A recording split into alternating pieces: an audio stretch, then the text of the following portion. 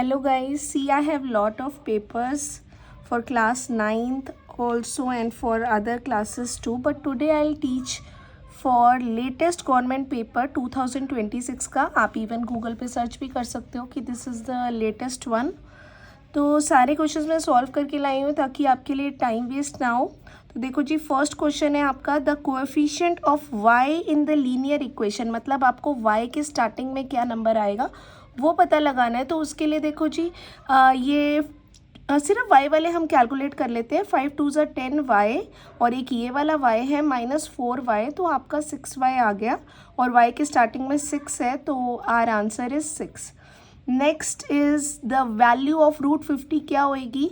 I am sure आपको पता होएगा √50 को कैसे कैलकुलेट करते हैं. तो आप 50 के ऐसे ब्रेक करोगे तो 25 × 2 होता है और 25 जो है वो 5 का स्क्वायर होता है, तो एक 5 बाहर आ जाएगा पर √2 अंदर ही रहेगा. सो आर आंसर इज़ 5√2. मतलब आपको MCQ में ज़्यादा टाइम नहीं लगाना चाहिए, जल्दी जल्दी हो जाना चाहिए.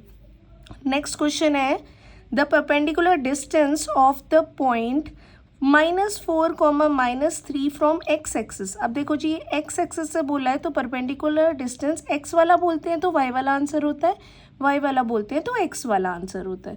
पर distance can never be negative, तो मैंने यहाँ लिख भी रखा है. तो मेरे नोट्स किसी को चाहिए तो आप मुझे कमेंट्स में लिख सकते हो. I definitely keep in touch with you. अच्छा, तो हमारा डिस्टेंस नेगेटिव नहीं हो सकता, तो इसलिए हमने 3 यूनिट लिए. आंसर हो गया. नेक्स्ट क्वेश्चन है in triangle ABC, AB = BC है, तो एंगल B = 40 होने पर एंगल C कितना होएगा. तो ऐसे क्वेश्चंस के लिए सबसे पहले आपको ड्राइंग बना लेनी चाहिए ताकि आपको समझ आ जाए कि ABC एक ट्राइंगल है और आपको बोला है AB और BC इक्वल है, मतलब उसके सामने वाले एंगल्स आपको पता है ऑपोजिट वाले इक्वल होते हैं. तो ये अगर 40 है तो आप ये फॉर्मूला लगाओ 40 + x + x = 180.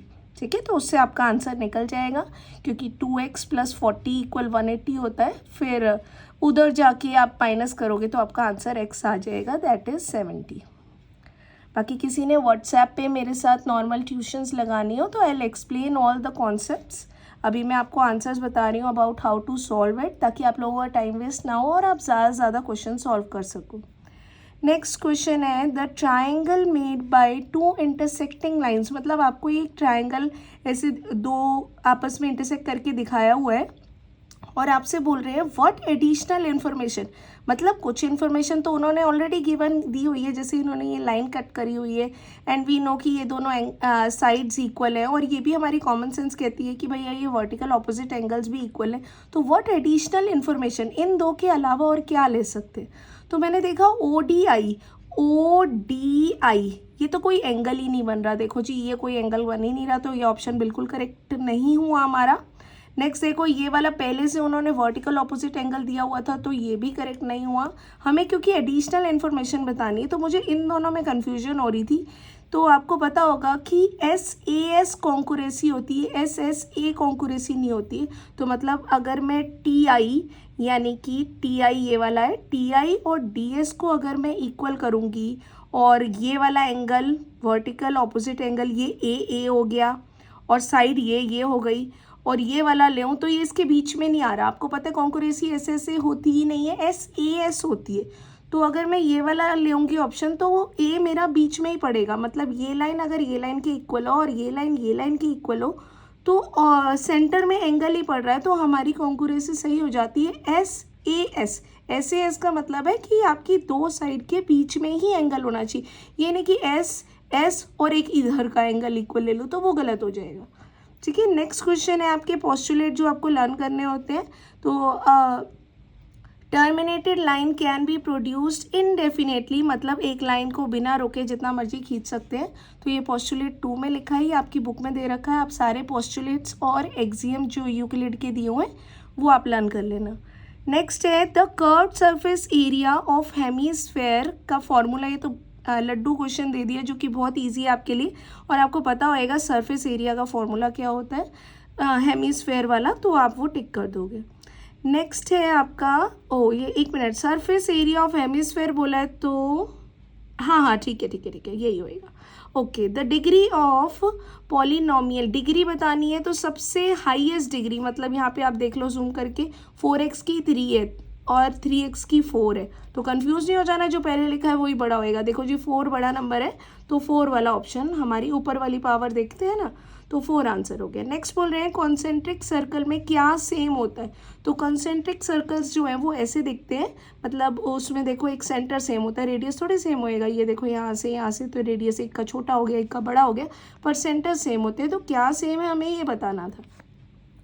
नेक्स्ट क्वेश्चन है which of the following is a polynomial in one variable, one variable मतलब किसकी 1 डिग्री है, तो आपको दिख रहा है इसमें हाईएस्ट डिग्री जैसे 2 भी है और ये सारी प्लस हो जाएंगी तो इतनी सारी डिग्री है, पर इसमें खाली 1 ही है, x की पावर 1 ही दी हुई है। अब यहाँ पे मैं कहूँ तो फिर x की इसकी भी 1 हो गई, इसकी भी 1 हो गई, तो ये भी 1 से ज़्यादा हो गए, 2 हो गई, डिग्री मतलब पावर जो है, तो इसमें ही x की पावर को देखा जाता है ना, तो सब में देखो फिर मैं ये तो नेगेटिव में ही चली जाएगी।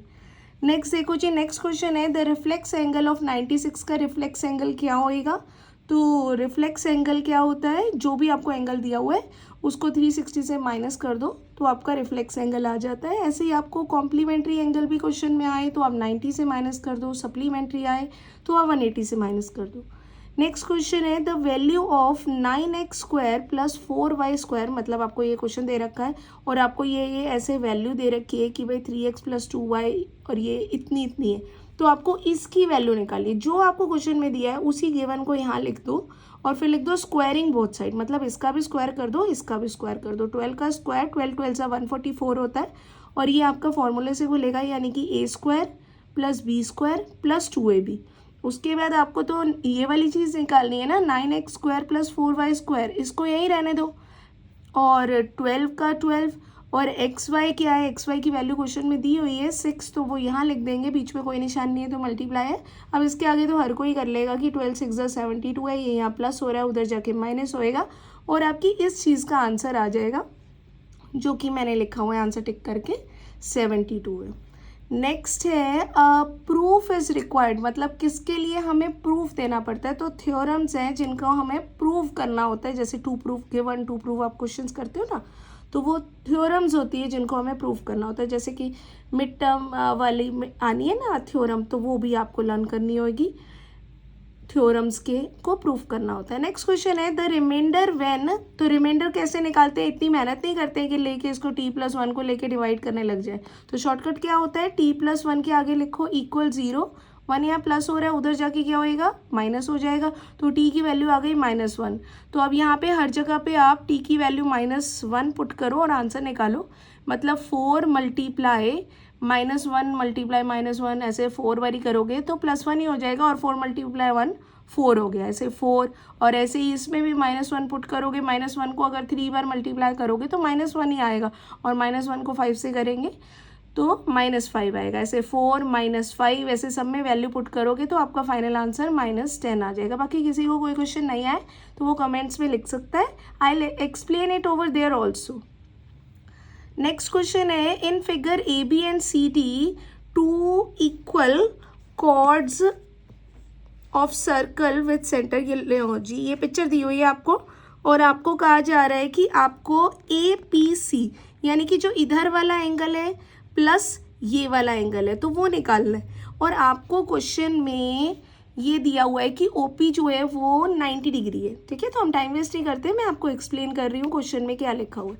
तो ये OP आपकी परपेंडिकुलर बताई हुई है, तो मतलब ये पूरा एंगल 90 है, बस हमें अगर ये एंगल 1 और 2 पता लग जाए तो हम बोल सकते हैं कि भाई 90 से माइनस करके ये वाला एंगल निकल जाएगा, तो वो हम कैसे निकालेंगे, क्वेश्चन में ये वाला एंगल दिया हुआ है आपका 140 है, तो 140 और ये ट्राइंगल के ये दोनों एंगल इक्वल हैं, क्यों है इक्वल, क्योंकि ये परपेंडिकुलर डिस्टेंस जब होता है तो ये दोनों लाइनें इक्वल होती है, ये आपकी साइक्लिक वाला जो सर्कल वाला चैप्टर है उसमें ये लिखा हुआ है कि अगर AB और CD कॉर्ड्स इक्वल है और उस पर सेंटर से अगर कोई परपेंडिकुलर बनता है तो वो दोनों लाइनें भी इक्वल होती है। अब जब लाइनें इक्वल है तो आपको पता है लाइंस के सामने वाले एंगल्स भी इक्वल होते हैं, इसलिए 1 और 2 इक्वल है, तो आपको ब्रैकेट में रीज़न तो लिखना नहीं है यहाँ पे, ये तो MCQs क्वेश्चन है, तो अगर आपको पूरा 5 मार्क्स का क्वेश्चन आता तो आपको ब्रैकेट में रीज़न भी लिखना होगा कि ये क्यों इक्वल है। तो ये हमारा आराम से निकल जाएगा, यानी कि x प्लस 140 इक्वल 180, और इधर उधर ले जाके आपका x निकल जाएगा और वो आपका जो है 20 आ जाएगा। तो 20, और आपको मैंने बताया ये पूरा एंगल जो है वो 90 है, तो 90 में से जब हम ये 20 माइनस करेंगे तो ये 70 आ जाएगा। और हमें क्वेश्चन में बोला है ये एंगल APC, यानी कि ये वाला एंगल और CQP, इन दोनों का सम बताना है। मतलब ये भी 70 है, ये भी 70 है, तो 70 प्लस 70 इज 140 आपका आंसर आ जाएगा। ठीक है जी, तो 140 मैंने टिक लगाए हुए हैं। नेक्स्ट क्वेश्चन है द वैल्यू ऑफ x की वैल्यू निकालनी है। तो बहुत इजी है कि भाई 2x, 5 यहाँ प्लस हो रहा है, उधर जाके माइनस होएगा, फिर x यहीं रह गया, 2 यहाँ मल्टीप्लाई हो रहा है, उधर जाके डिवाइड हो रहा है, तो ये तो आपका बहुत इजी हो जाएगा, तो इसलिए मैंने टिक भी नहीं लगाया, तो आप खुद ही इजीली सॉल्व कर लोगे। नेक्स्ट है the graph of linear equation in 2 variable represent. Graph, linear equation का ग्राफ कैसा दिखता है? तो वो स्ट्रेट लाइन होती है लीनियर इक्वेशन। अभी मैंने जैसे ये बताया था कि 3x + 2 जो है वो लीनियर इक्वेशन है जिसकी पावर नहीं है, तो ये सीधी लाइन बनती है। और पैराबोला कब आता? अगर आपको क्वाड्रेटिक इक्वेशन बोलते तो उसका आंसर पैराबोला होता है, पर ये वाले क्वेश्चन में हमारा आंसर जो है वो स्ट्रेट लाइन है। वो आप क्लास 10 जब करोगे तब आपको लीनियर की जगह वो क्वाड्रेटिक पूछ लेंगे। तो वैसे भी आपको पता है आपके कोर्स में क्वाड्रेटिक भी है और क्यूबिक भी है, तो इसलिए मैंने लिख दिया कि हो सकता है वो कुछ क्वेश्चंस आपको 10th के दे दे, तो वो ये वाला क्वेश्चन भी दे सकते हैं। तो हमें दूसरे ऑल्टरनेटिव भी सोचने पड़ते हैं कि गवर्नमेंट का ये पेपर है तो हमारा उससे मिलता जुलता कैसे क्वेश्चन आ सकते हैं। नेक्स्ट 18th क्वेश्चन देखते हैं हम। The area of equilateral triangle की बात हो रही है, हैविंग एल्टीट्यूड। तो एरिया ऑफ इक्विलेटरल ट्राइंगल जो है वो √3/4a² होता है। ठीक है, तो वो कह रहे हैं एरिया आप बताओ। अगर आपको हम बता दें कि जो हाइट है वो a है, तो मैंने कहा जरा हाइट ऑफ इक्विलेटरल ट्राइंगल का फॉर्मूला लिखती हूँ। हाइट ऑफ इक्विलेटरल ट्राइंगल का फॉर्मूला √3/2 साइड होता है। तो अगर मैं हाइट की जगह पर a लिखूंगी और इधर उधर ले जाके साइड निकालूं, मतलब √3/2 है जो कि उधर जाके 2/√3 हो जाएगा, तो साइड हमारी आ गई 2a/√3। अब ये इक्विलेटरल एरिया के फॉर्मूले में जब हम डालेंगे साइड वाली जगह पे वही 2a/√3 और स्क्वायर लिखा है, तो इसे 2 बारी जब आप करेंगे तो जो सॉल्व करके आएगा आंसर उसको उसमें नीचे रूट आएगी। देखो ये रूट से रूट कट गया, नीचे √3 आएगा ना, उसे रैशनलाइज करना है, मतलब ऊपर नीचे √3 मल्टीप्लाई √3 वो करना पड़ेगा। ठीक है, अच्छा, तो आपका ऑप्शन ये वाला करेक्ट हो जाएगा। नेक्स्ट क्वेश्चन को देखते हैं। असर्शन रीजनिंग का क्वेश्चन है, कह रहे हैं कि the equation 2x + 3y = 5 has unique solution. Unique solution मतलब जिसका एक ही आंसर निकले। पर आपको पता है हम ये ऐसे x y करके जब लेते हैं, कभी x पर कोई नंबर ले लेते हैं तो y का कोई नंबर आ जाता है, फिर x पे कोई लेते हैं तो कोई और नंबर आ जाता है, तो ऐसे तो मैनी सोल्यूशन निकल सकते हैं ना, तो इसलिए ये आंसर आपका गलत है। नेक्स्ट है the linear equation in 2 variable has infinite many solution. अब इन्होंने ठीक बोला है कि जब हम लीनियर इक्वेशन लेंगे x और y तो उसके मैनी सोल्यूशन आएंगे। नीचे वाली लाइन करेक्ट है, और वैसे भी अगर आपका असर्शन रीजनिंग में ए ऑप्शन गलत आए ना तो नीचे वाला 100% करेक्ट होता है, क्योंकि ऐसा ऑप्शन उन्होंने दिया ही नहीं है कि बोथ फॉल्स हो, तो इसमें टाइम वेस्ट नहीं करना चाहिए।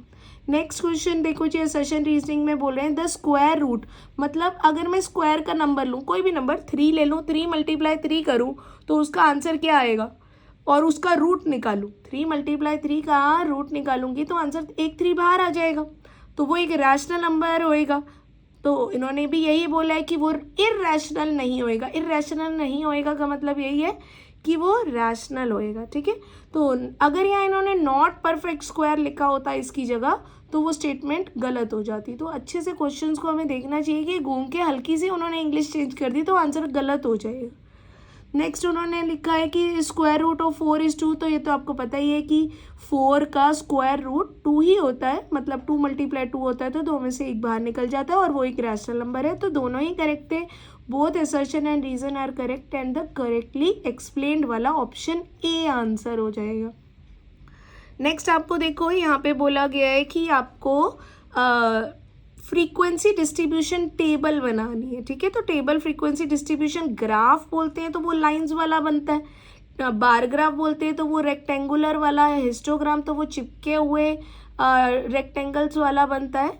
पर आपको टेबल बोलिए तो टेबल ऐसे बनेगी, जैसे क्वेश्चन में वेट लिखा है तो हम यहाँ वेट लिख लेंगे और यहाँ पे एक हेडिंग डाल देंगे टेली मार्क और यहाँ लिख देंगे फ्रीक्वेंसी। अब यहाँ पर कितनी बार 44 आ रहा है वो लिखो, कितनी बार 38 आ रहा है, उसमें तो यार बहुत देर लग जाएगी। तो हम टेली मार्क्स बनाते हैं, इससे क्या होता है हमारा काम आसान हो जाता है। जैसे कि यहाँ पे सबसे छोटा नंबर जो है वो 30 है, तो मैंने 30 से स्टार्ट किया है। 30 to 35 के बीच में कितने नंबर आ रहे हैं, जैसे 44 आ रहा है तो वो हमारा 40 to 45 के बीच में आएगा, तो हम यहाँ पे एक 1 बना देंगे और ऐसे ऐसे फिर 38 किसके बीच में आएगा, तो वो 35 to 40 के बीच में आएगा। तो इसमें कन्फ्यूजन क्या होती है कि 35 आएगा तो हम इधर लें कि इधर लें, तो 35 आएगा तो हम ये लोअर लिमिट पे लेंगे, इसे लोअर लिमिट बोलते हैं, इसे अपर लिमिट बोलते हैं, ठीक है। तो हम यहाँ पर इसका 1 बनाएंगे अगर 35 हो, तो इस हिसाब से आप यहाँ पे पहले टेली मार्क बनाते हैं। जो 38 आया इसमें लगाऊं, इसमें लगाऊं, इसमें लगाऊं, इसमें लगाऊं, तो ऐसे जब आप लाइनें खींच लोगे 4 के बाद जब 5 आता है तो हम ऐसे लाइन कट कर देते हैं। जैसे 8 को मैंने यहाँ पे लिख के दिखाया 1 2 3 4, एक लाइन कट 5 6 7 8। तो ऐसे आप सॉल्व कर लोगे तो आप फिर इसे टोटल करके देखोगे तो 40 आ रहा है और यहाँ पे क्वेश्चन में दिया भी हुआ है कि टोटल स्टूडेंट्स जो है वो 40 है। तो आपका चेक भी हो जाएगा कि भाई आपने जो ये लिखा है वो सारे ठीक है, बस ये टेबल बनानी थी यहाँ पे। नेक्स्ट क्वेश्चन देखो, आपको यहाँ पे x फाइंड करने को बोला है, तो ये 105 है, तो ये एंगल 1 कितना होएगा, आपको पता है ये लीनियर पेयर बन रहा है, तो 180 से 105 माइनस करोगे तो ये एंगल आ जाएगा। और क्वेश्चन में ये आपको स्क्वायर दिया हुआ है, तो आपको पता है स्क्वायर के सारे एंगल्स 90 होते हैं, और मैंने ऐसे लाइन ब्रेक कर दी तो फिर ये 45 हो गया, क्योंकि स्क्वायर्स के जो डायगनल्स हैं वो बाइसेक्ट ईच अदर करते हैं, पर रेक्टेंगल के नहीं करते हैं, हर बात को पता होना चाहिए। तो ये आपका हो जाएगा 45, तो आपके पास 45 भी आ गया, ये आपका 75 निकल जाएगा। और ट्राइंगल सम प्रॉपर्टी से जो कि आपका 180 होता है, यानी कि 75 प्लस 45 प्लस x इक्वल 180 आप करोगे तो आपका आंसर निकल जाएगा। नेक्स्ट क्वेश्चन देखो, the total surface area of sphere and hemisphere, उन्होंने आपको देखो TSA of sphere TSA of hemisphere का है इक्वल है, ठीक है, पर उनके रेडियस तो सेम नहीं है, तो मैंने एक को कैपिटल आर और एक को स्मॉल आर लिख दिया है, आपको इजीली पता लगे इसलिए मैंने पर्पल और ऑरेंज कलर में लिख दिया, पर आप स्कूल में तो कैपिटल आर या स्मॉल आर करके लिखोगे। आपको फिर इसकी रेशो निकालनी है, तो देखो जी यहाँ मैंने क्या किया है, दोनों को जो इन्होंने क्वेश्चन में बोला था सामने सामने लिखा है, पाई से पाई कट हो गया, ये आर स्क्वायर यहाँ पे मल्टीप्लाई हो रहा था उधर जाके डिवाइड हो गया, और फिर 3 तो यहीं रहा, 4 यहाँ मल्टीप्लाई था उधर जाके डिवाइड हो गया। अच्छा, अब मुझे तो बोला था कि volume of sphere and volume of hemisphere की रेशो निकालो, तो मैंने दोनों को ऊपर नीचे लिख दिया, और वॉल्यूम ऑफ स्फीयर का फॉर्मूला और वॉल्यूम ऑफ हेमीस्फीयर का फॉर्मूला यहाँ पे आएगा ना 2/3 पाई आर क्यूब, और फिर जब हम उसको डिवाइड, ये इसके नीचे डिवाइड हो रहा है तो मैंने अभी साथ ही लिख दिया ताकि समझने में आसानी हो, और फिर डिवाइड को जब मल्टीप्लाई करते हैं तो आपको पता है सारे उल्टे हो जाते हैं, तो ये 3/2 पाई आर क्यूब आएगा, मतलब यहाँ पे पाई आर क्यूब है। और उसके बाद देखो जी आपका क्या हो जाएगा, आपके पाई से पाई कट हो गया, 2 से ये कट हो गया, यहाँ पे 2 बच गया, 3 से 3 कट हो गया, और आपका आर क्यूब बच गया, एक तो ये 2 बच गया है और ये आर क्यूब बच गया। तो आर क्यूब के लिए मैंने क्या किया है, 3 है ना, 3 को ब्रेक करके 2 और 1 भी तो बोल सकते हैं ना, तो मैंने 2 और 1 बोल दिया, यहाँ पे भी 2 और 1 बोल दिया, और ये 2 वाली वैल्यू मैंने ये निकाली थी, ये देखो जी आर स्क्वायर का अपॉन जो है वो 3/4 आया था, तो वही 3/4 हम यहाँ पर लिख देंगे, और r/r जो है वो आपका इसकी रूट होएगी, जब स्क्वायर वाली चीज़ ये है तो ये रूट वाली होएगी, तो ये आंसर जो है ये देखो √4 में से 2 निकल जाएगा और 2 से 2 कट जाएगा, और आपका आंसर जो है वो ये आ जाएगा 3/4√3। तो घबराना नहीं होता, कई बार ऐसे अच्छे नहीं लिखने वाले होल नंबर वाले आंसर्स नहीं आते हैं, तो आपको बस इस आंसर को ऐसे लिख देना है 3√3, रेशो की 2 डॉट लगा देनी है और 4, बस वही आपका आंसर है। अच्छा, अब इसका और वाला पार्ट था वो कैसे करना था, the volume of right circular cone is 9856, मतलब आपको वॉल्यूम दे दिया, जब वॉल्यूम दिया है तो बस वॉल्यूम का सीधा फॉर्मूला लिख लो आप, वॉल्यूम का फॉर्मूला यहाँ पे है, ये देखो जी। उसके बाद आपको बोला है इफ़ द डायामीटर आपको 28 दिया हुआ है, तो डायामीटर तो आपको पता है यहाँ पे बस सामने फॉर्मूला लिख देंगे, रेडियस पे 28/2 और उधर आपको ये दिया हुआ है, तो हाइट आपकी इजीली निकल जाएगी, सारे नंबर उधर जाके डिवाइड हो जाएंगे और आपका आंसर 48 आ जाएगा, ठीक है। चलो जी नेक्स्ट क्वेश्चन देखते हैं। नेक्स्ट आपका 24 आ गया है। If A B C are sides of a triangle, मतलब आपको ए बी सी ट्राइंगल्स की साइड्स दी हुई हैं जो कि एस माइनस ए बोल लो या 5 बोल लो, एस माइनस बी बोल लो या 4 बोल लो, एस माइनस सी बोल लो या 2 बोल लो, ठीक है। उसके बाद आपको कह रहे हैं कि ए बी सी निकालो, तो कैसे निकालेंगे? तो आपको पता है पेरीमीटर को दो तरीके से बोल रहे हैं ना, तो मैं भी दो तरीके से लिख देती हूँ कि perimeter equal some of all sides होता है, तो सारी साइड से प्लस कर देते हैं, ये प्लस ये, तो मैंने ये तीनों यहाँ लिख दिए प्लस करके। और दूसरा वो बोल रहे थे इसको 5 4 2 भी बोल सकते हैं, तो मैंने इस साइड पे दूसरा वाला तरीका वाला लिख दिया और दोनों को सामने इक्वल लिख दिया और इसको प्लस करके आपका 11 आ गया। और जब आप इसको ब्रैकेट्स को खोल दोगे तो क्या होएगा? एस एस एस, यानी कि 3 एस है हमारे पास और इसमें आप माइनस कॉमन ले लोगे, अंदर ए प्लस बी प्लस सी आ जाएगा। और आपको पता है असल में एस होता क्या है? ए प्लस बी प्लस सी अपॉन 2 होता है, तो ये 2 यहाँ डिवाइड हो रहा है, उधर जाके क्या होएगा? मल्टीप्लाई। और ए प्लस बी प्लस सी की वैल्यू आ गई 2s, तो मैंने यहाँ पे 2s लिख दिया और एस को यही लिखा है, इसको इससे माइनस करेंगे और आंसर आ जाएगा, ठीक है।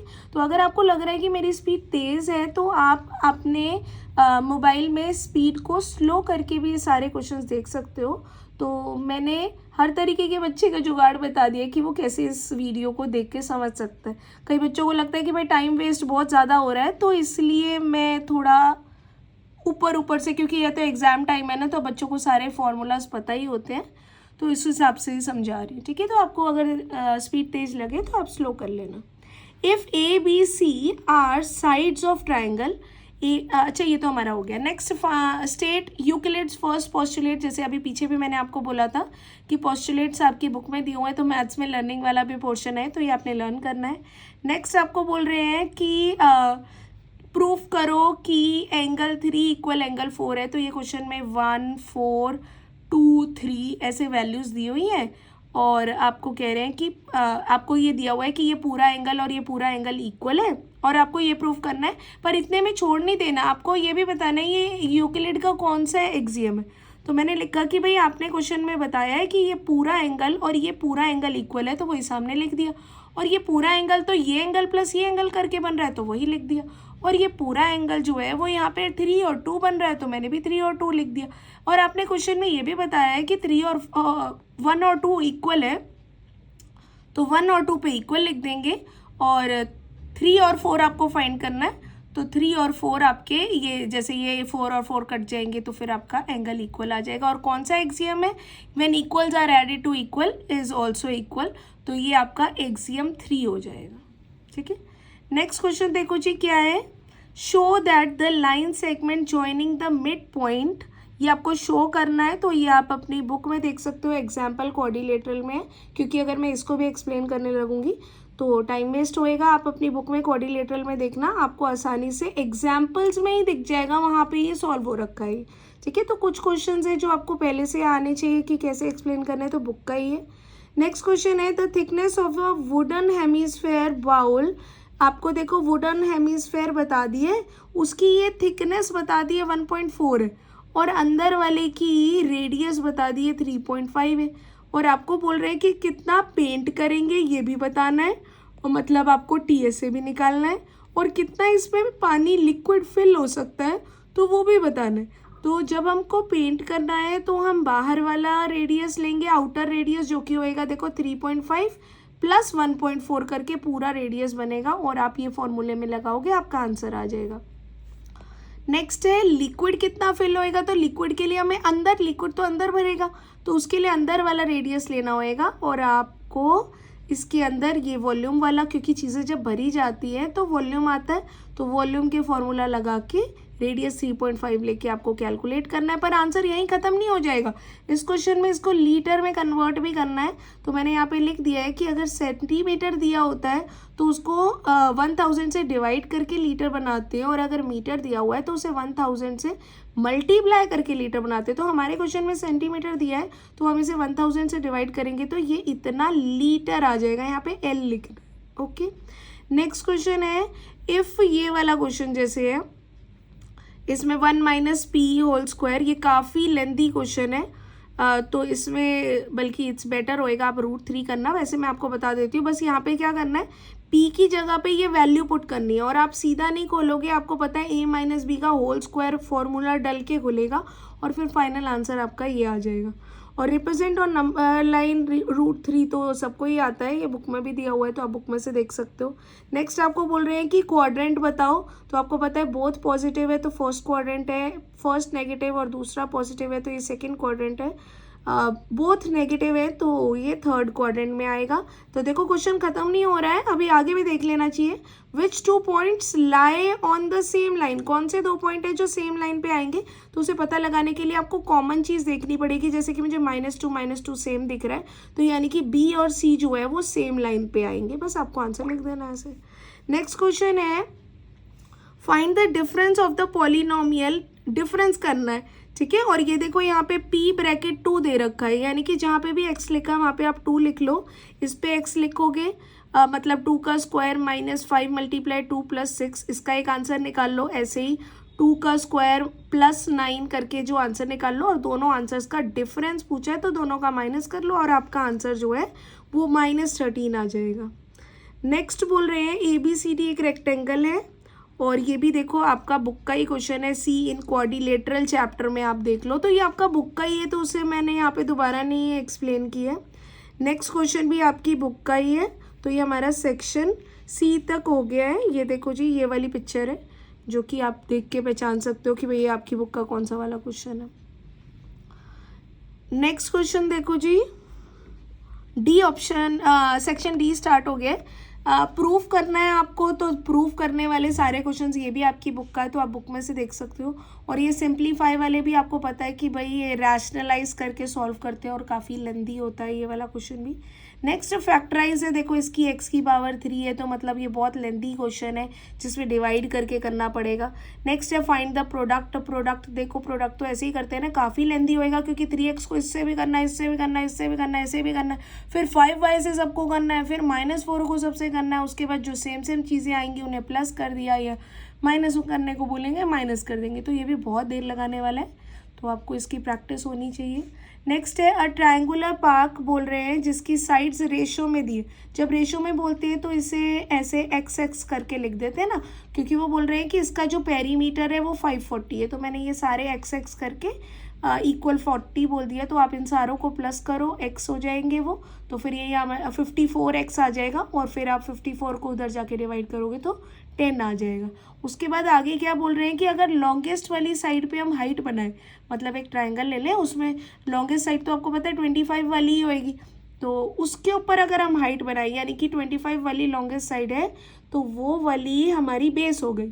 तो आप हाइट बताओ कितनी है, तो आप दोनों फॉर्मूलाज लगाओ, यानी कि एरिया देखो जी हीरॉन्स फार्मूला लगा के, हीरॉन्स फार्मूला भी आपको पता है √S S - A S - B S - C वाले से एक अलग सॉल्व करो जिसमें वैल्यूज़ क्या होंगी हमारी a की, A B C क्या होगा, 12 को 10 से मल्टीप्लाई किया 120 170 250, ये 3 साइड्स हो गई A B C, और उस हीरॉन्स फार्मूला में लगा के आप सॉल्व करो। उसके सामने लिख लो area by half base into height के हिसाब से हाफ, क्योंकि उन्होंने बोला है लॉन्गेस्ट साइड लेनी है तो मैंने 25 × 10 ये वाली लॉन्गेस्ट साइड ले ली है, क्योंकि 25 आंसर नहीं है 25x है वो हाइट, तो इसलिए 25 × 10 होएगी आपकी बेस और हाइट आपको निकालनी है, फिर हाइट यही रह जाएगी, ये सारे नंबर यहाँ पे मल्टीप्लाई हो रहे हैं उधर जाके उल्टे हो जाएंगे और काट पीट के आंसर आएगा, मतलब हीरॉन्स फार्मूला भी करना है आपने, फिर ये काटा पीटी वाला भी करना है।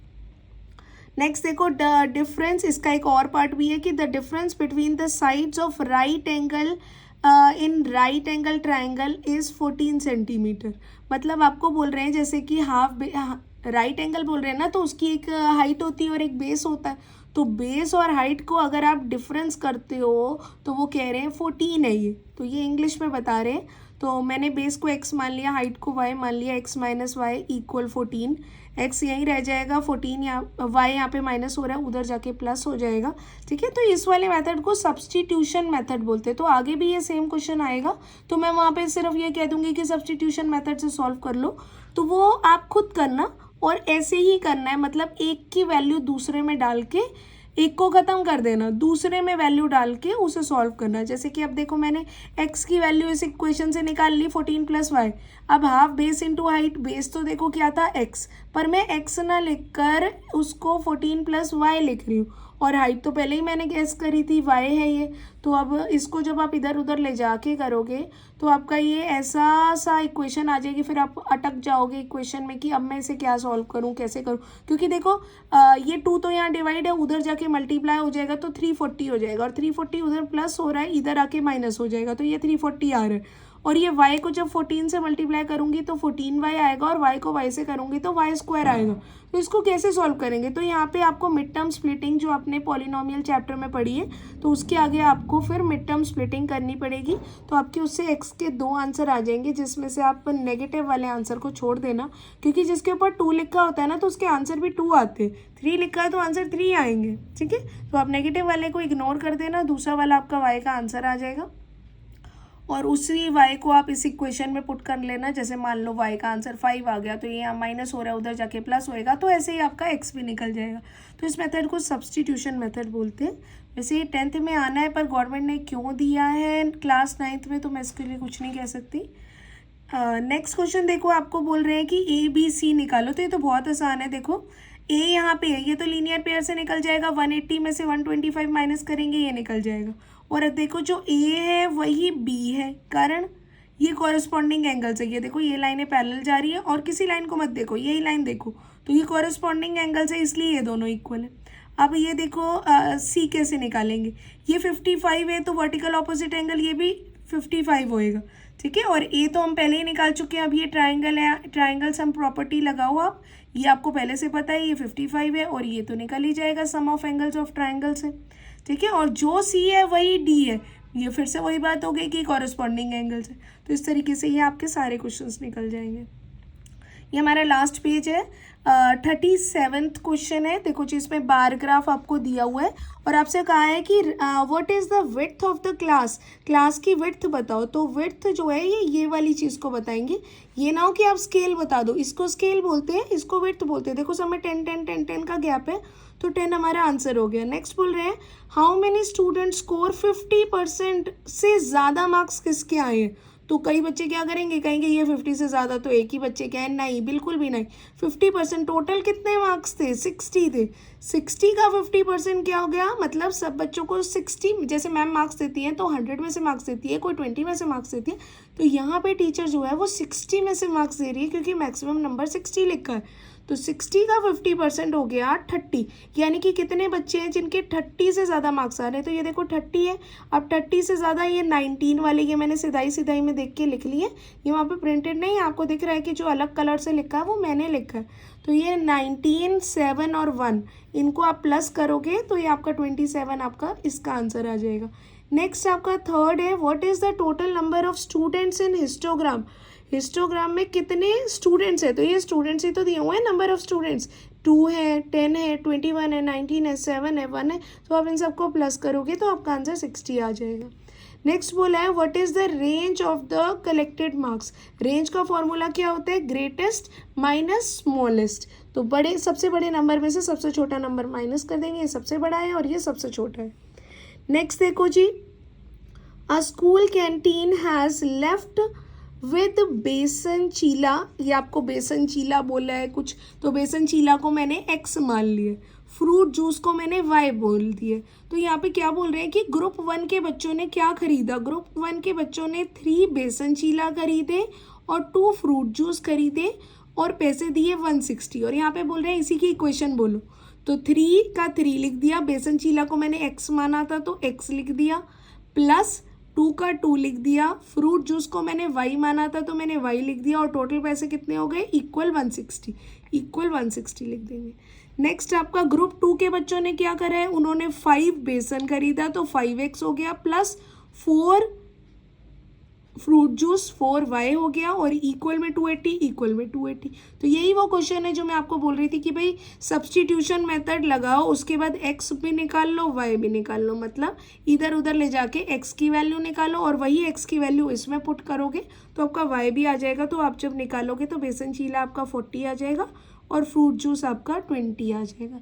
बाकी आपको नहीं समझ आए तो आप मुझे बोलना, मैं इसके लिए एक और वीडियो बना दूँगी। बाय।